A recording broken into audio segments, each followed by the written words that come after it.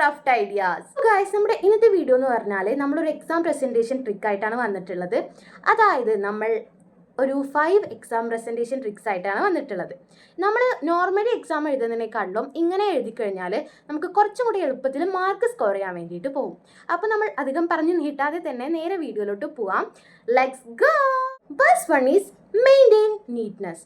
Yes guys, minimum ഞാൻ വേറൊരു study ടിപ്പിൽ പറഞ്ഞിട്ടുണ്ടായിരുന്നു. ഫസ്റ്റ് പേജിൽ നമ്മൾ എന്തായാലും നമ്മുടെ മെയിൻറ്റെയിൻ, അതായത് നീറ്റ്നെസ് മെയിൻറ്റെയിൻ ചെയ്യണം എന്ന്. അപ്പോൾ first impression is the best impression. അത് തന്നെയാണ് എനിക്ക് എവിടെയും പറയാനുള്ളത്. നമ്മൾ എന്തായാലും നമ്മൾ എഴുതുന്ന ടൈമിൽ, അതായത് ലൈക്ക് ബോർഡറൊക്കെ വരച്ച് നെയിം, അതേപോലെ നമുക്ക് ഓൾറെഡി ഇപ്പോൾ പേപ്പർ തരുന്ന ടൈമിൽ അതിൽ ഓൾറെഡി ബോർഡറൊക്കെ ഉണ്ടാവും. സോ നമുക്ക് അങ്ങനെ ബോർഡർ വരയ്ക്കേണ്ട ആവശ്യം വരുന്നില്ല ഫസ്റ്റ് പേജിൽ കേട്ടോ. സോ നമ്മൾ നന്നായിട്ട് നീറ്റായിട്ട് തന്നെ ഫസ്റ്റ് പേജിൽ നമ്പറൊക്കെ ഇട്ട് നല്ല നീറ്റായിട്ട് തന്നെ ഫസ്റ്റ് പേജ് മിനിമം, മൊത്തത്തിൽ എല്ലാ പേജും നിങ്ങൾ എത്ര പേജ് എടുക്കുന്നുണ്ടോ അത് ഫുള്ളും നീറ്റായിട്ട് എഴുതാൻ നിങ്ങൾ നോക്കണം. പക്ഷെ മെയിനായിട്ട് ഫുള്ള് പറ്റിയില്ലെങ്കിലും ഫസ്റ്റ് പേജെങ്കിലും മിനിമം ഒന്ന് നീറ്റാക്കി എഴുതാൻ നോക്കിക്കഴിഞ്ഞ് കഴിഞ്ഞാൽ, അതായത് പെട്ടെന്ന് നമ്മൾ ഭയങ്കര അലമ്പായിട്ട് എഴുതുകയെന്ന് വിചാരിച്ചു, അപ്പോൾ പെട്ടെന്ന് ഫസ്റ്റ് ടീച്ചർ പേപ്പർ നോക്കുന്ന ടൈമിൽ തന്നെ ആ ഒരു ഇംപ്രഷൻ പോവും.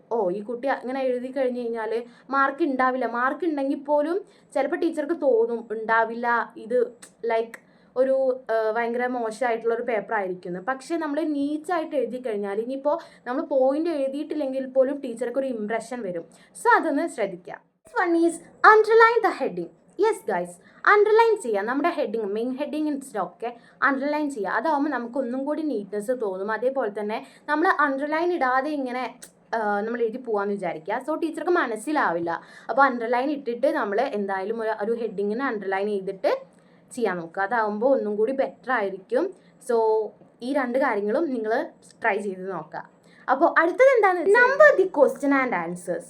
യെസ് ഗൈസ്, അതായത് നമ്മുടെ ചോദ്യോത്തരങ്ങൾക്ക് നമ്പർ ഇട്ട് എഴുതുക. അപ്പം മെയിൻലി നമ്മുടെ എക്സാം പ്രസൻറ്റേഷൻ എന്ന് പറയുമ്പോൾ തന്നെ അതിൽ നീറ്റ്നെസ് ആണ് മെയിൻ. അപ്പോൾ ഞാൻ ഈ പറയുന്നത് എല്ലാം നീറ്റ്നെസ് ആയിട്ടുള്ള, അതായത് നീറ്റ്നെസ്സിന് വേണ്ടിയിട്ടുള്ള കാര്യങ്ങളാണ്. സോ നമ്പർ ഇട്ട് എഴുതി കഴിഞ്ഞ് കഴിഞ്ഞാൽ നീറ്റ്നെസ് കൂടും. നമ്മൾ ഈ 5 കാര്യങ്ങളും മെയിൻലി നോക്കുന്നത് വൃത്തിയാണ്. അപ്പോൾ ഈ വൃത്തിയുടെ പല പല കാര്യങ്ങളാണ് ഞാൻ പറഞ്ഞു തരുന്നത്.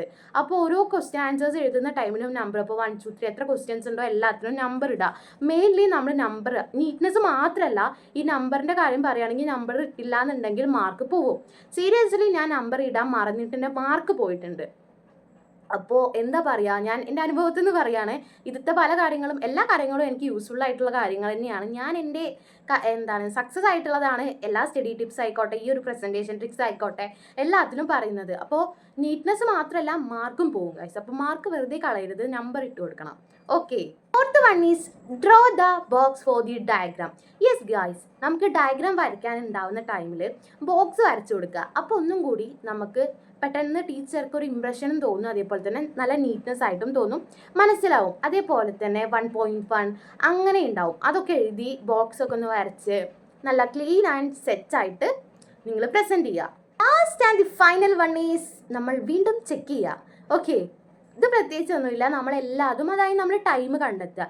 നമ്മളെപ്പോഴും ടൈം മാനേജ്മെൻറ്റ് ചെയ്യേണ്ട ഒരു കാര്യം മസ്റ്റാണ്. അല്ലാന്നുണ്ടെങ്കിൽ നമുക്ക് വളരെയധികം പണി കിട്ടും. അതായത് ലാസ്റ്റ് ബെല്ല് വരെ നമ്മൾ എഴുതിക്കൊണ്ടിരിക്കുകയാണ്, അല്ലെങ്കിൽ ലാസ്റ്റ് ബെല്ല് കഴിഞ്ഞിട്ടും നമുക്ക് എഴുതി കഴിഞ്ഞിട്ടില്ല എന്നുണ്ടെങ്കിൽ നമുക്കിത് കൊടുക്കാനുള്ള പേപ്പർ ഒന്ന് ജസ്റ്റ് ഒന്ന് നോക്കാനുള്ള ടൈം കിട്ടില്ല.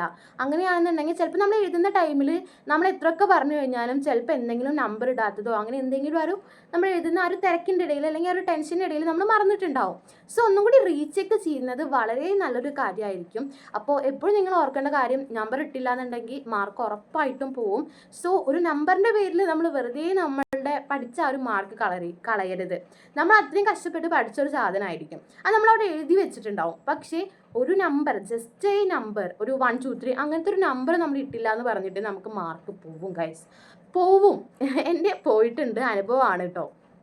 അപ്പോൾ എന്തായാലും ഈ പറഞ്ഞ കാര്യങ്ങളൊക്കെ ഒന്ന് ട്രൈ ചെയ്ത് നോക്കുക. സോ ഇത്രയേ ഉള്ളൂ. അടുത്തൊരു വീഡിയോയിൽ കാണുന്നവരേക്കും ബൈ ബൈ.